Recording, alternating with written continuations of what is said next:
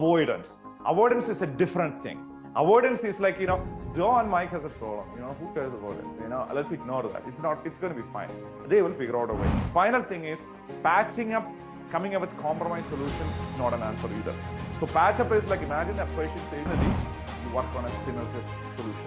So synergistic solution is a solution that is better than the original situation. Synergy is like 1 + 1 is more than. Hey, in this video, I'm going to talk about how to resolve conflicts. What are the 3 steps that you could use to resolve conflict in business starting today? And I'm going to also tell you 3 ways that you should not try to resolve conflict so that things don't go in the wrong way. And by the end of this video, you will have enough clarity on how to use a conflict as a tool to move your business to the next level by building stronger relationship within your team. So let's get started. What you shouldn't do. One is that the number 1 thing that you shouldn't do is don't be stubborn. So if you are a rigid person showing up for a conflict resolution, the game is already lost. If you're not open-minded, if you're close-minded, then the game is already lost. Because both have, and don't be biased either, right? If Joe and Mike has a problem, Joe is like telling, oh, Mike did this to me. And Mike is like, Joe did this to me. And all of a sudden, you like Joe slightly more. And you're like, oh, Joe, yeah, that makes more sense. And you try to you're biased towards Mike. Mike senses immediately the conflict is becoming worse. So you need to be totally fair. I know, Joe, you're close to me as a friend and things like that, but I'm going to be really open to both of you, both you, Joe, and both you, Mike.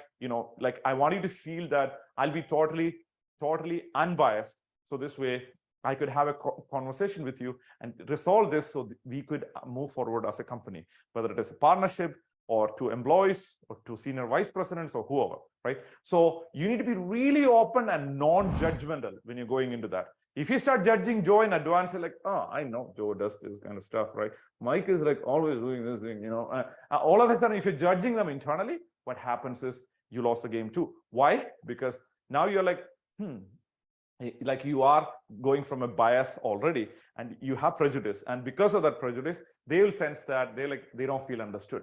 So that's number 1 thing that you need to avoid, which is avoid stubbornness. Second thing is avoidance. Avoidance is a different thing. Avoidance is like, Joe and Mike has a problem, who cares about it? Let's ignore that. It's going to be fine. They will figure out a way. That is the baddest, the worst advice ever, right? If you have 2 people in conflict, if you don't bring them in front of each other and then have that conversation, each other some way, if you don't have a conversation, you already lost the game. Because if these are 2 valuable employees and they have a conflict, if you don't resolve it, and unless you want one of them to go, then you could fire them or something like that. That's one situation. But the point is that if there is a conflict and if that's what you want to do, if that's what is the right thing to do, then it's a different situation. Otherwise, you shouldn't avoid conflicts. You need to step into conflicts, because conflicts are really good opportunities for us to identify leadership and help and grow as a team. So if you see conflict, don't avoid it, step into it and figure out. And I'll tell you exactly how to do that in a second. And the final thing is patching up, coming up with compromise solutions is not an answer either. So patch up is like, imagine a patient says, oh, I have like big pain in my knees. I have like really huge, deep knee pain. And I cannot handle this knee pain. Oh, this is too much. And all of a sudden, you look at it and like, okay, let me put a Band-Aid on it. And then you put that and the knee doesn't get better. The person had a cracked knee, cracked knee. And all of a sudden, if you don't handle that, what happens is it gets worse. It becomes an infection and it might actually the person might actually lose an organ because of that. So we don't want that. So for the best thing that you do is, if you see something, don't try to come up with a patch-up compromise. Don't try to put a Band-Aid on it and try to pretend that everything is okay, versus you need to come up with a real solution. So how do you come up with the real solutions? There are 3 steps to coming up with a real solution. Number 1 is honest, friendly confrontation. Honest, friendly confrontation is, if friendly means, hi, we saw this issue and we want to solve. No, like you're friendly in your posture, in your smile and everything, but your tone is really strong. Hey, Mike, Joe, I called you in this conversation to see how we could resolve this situation. Mike, Joe is telling me that you are doing this thing, and because of that, it's affecting Joe in a certain way. And you see the tone, and and Joe, Mike is telling me, because you did this thing, because of that, this is what is happening, and because of that, he feels that he's feeling insignificant. And Joe, because of your action, he's feeling insignificant. And Mike, because of your action, Joe is feeling like he doesn't have freedom to do the things that he wants to do. Okay, so that is why we are having this conversation. You set the context in a very strong but friendly way, and we want to resolve this. Let's get it out and let's resolve it. So this is how you set up the conversation. And all of a sudden, like, you're not biased towards Joe. You're not sitting close to Joe or Mike. Mike is sitting here. Joe is sitting there. You should already know that. Okay. So you're not sitting next to Joe and you're like, oh, Joe, I really like you. Don't do that. Like, be very, very firm, very, very unbiased. So you're setting up the conversation. So from the conversation, it's like, okay, good.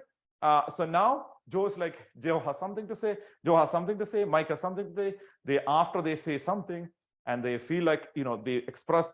And at that point, you go to second step, which is both of them feel expressed. Then we go to second step, which is value negotiation. Value negotiation is, Mike is like, I feel insignificant when Joe does this.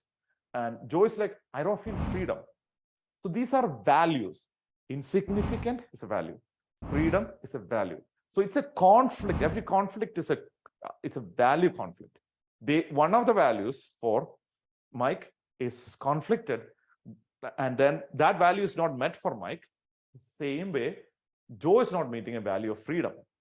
So you understand the root of the problem. So this is not a patch up. This is not a band-aid on a cancer patient, right? Band-aid on a heart patient. This is like a real solution. Like, okay, so you feel insignificant. You feel lack of freedom.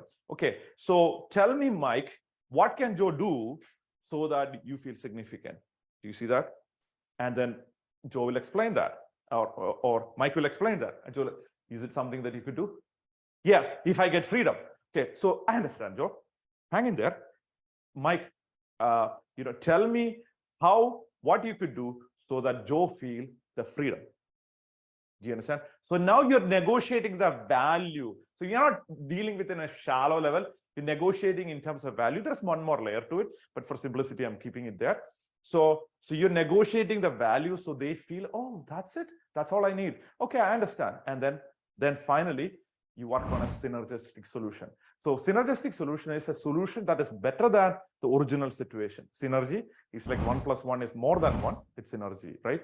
So how do you come up with a synergistic solution? Is that next time when Joe does something, Mike is feeling even more significant. That is a synergistic solution. Next time Mike does this, Joe feels even more freedom than before. At that point, what happened is we became a stronger team. Mike, Joe, and I, we became a stronger team than before. That is how, my friend, you will build a stronger team and build your business and scale your business, double your cash flow, and maximize your profit by resolving conflicts into a bigger strength and bigger profiting opportunity in your business.